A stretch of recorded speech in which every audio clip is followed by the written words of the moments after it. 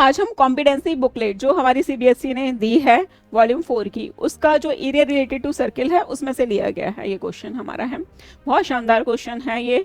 हमारे पास इस क्वेश्चन में ये जो फिगर गिवन है, इसमें हमारे पास जो शेडेड पार्ट मुझे गिवन है दिख रहे हैं, उसका मुझे एरिया गिवन है और हमें रेडियस पूछ लिया गया है। बहुत ईजी कॉन्सेप्ट है, दिखने में ही ये टफ लग रहा है।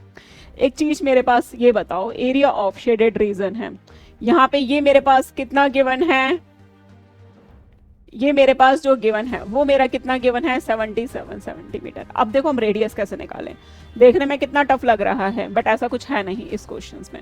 हम एक काम करें, इस एरिया को हटाओ और कहाँ ऐड कर दो, इधर ऐड कर दो, सॉरी इधर ऐड कर दो। बात तो एक ही है कि जितना इसका एरिया उतना इसका एरिया। इस एरिया को हटाएं थर्ड वाले रीजन में से।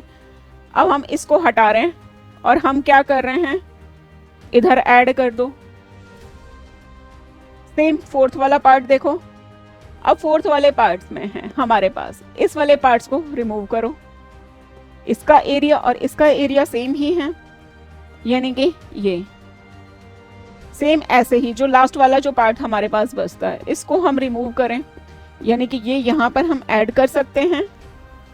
यानी कि ये सारा पार्ट्स मिल करके ये जो शेडेड रीजन, ये यही तो हमारे पास सेक्टर बना रहा है। यानी कि एक टाइप से हमें एरिया ऑफ अ सेक्टर की इंफॉर्मेशन पता है, एरिया ऑफ सेक्टर है। शेडेड रीजन हमारा क्या है, एरिया ऑफ सेक्टर है, वो कितना है 77। अब यहाँ पे हम थीटा कितना लें, अब थीटा हमारे पास देखो कितना, ये कितने पार्ट्स में डिवाइड हो रहा है हमारे पास, ये 4 डायमीटर है, 4 जो हमारे पास डायमीटर से हो रहा है, तो ये कितने पार्ट्स हो गए 8, 1 2 3 4 5 6 7 8।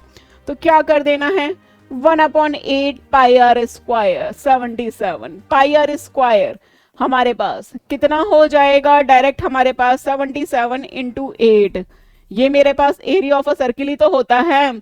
और मैंने क्या शॉर्ट ट्रिक बताई थी, कभी भी रेडियाई 7 गिवन हो तो ध्यान रख लेना एरिया हमारा 154 होता है। अपने माइंड में रटी लो, क्योंकि 99% जो क्वेश्चंस बनते हैं रेडियस 7 के मल्टीपल से ही बनते हैं। अब रेडियस अगर 14 है तो मैंने क्या बताया था ट्रिक, 154 एरिया यही होता है 7 का, तो 2 का स्क्वायर कर दो। अगर ये 21 होता है इंटू 3 करते तो 3 का स्क्वायर मेरे पास एरिया होता। अब एक बात बताओ, अब हमें कोई भी कैलकुलेशन करने की जरूरत ही नहीं है।